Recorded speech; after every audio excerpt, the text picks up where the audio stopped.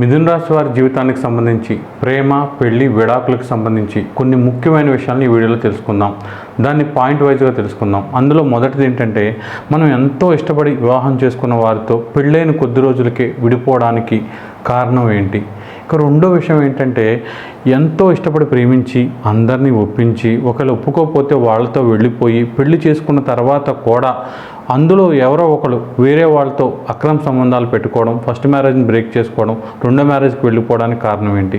ఇక మూడోది ఏంటంటే, ఎంతో ప్రశాంతంగా సాగిపోతున్న వివాహ జీవితం 3 ఏళ్ల తర్వాత, 5 ఏళ్ల తర్వాత, లేకపోతే 7-10 ఏళ్ల తర్వాత కూడా తలకిందులైపోవడం, డైవర్స్ అవడాలు, లేకపోతే సెకండ్ మ్యారేజ్ దాకా వెళ్ళడానికి కారణాలు ఏంటి?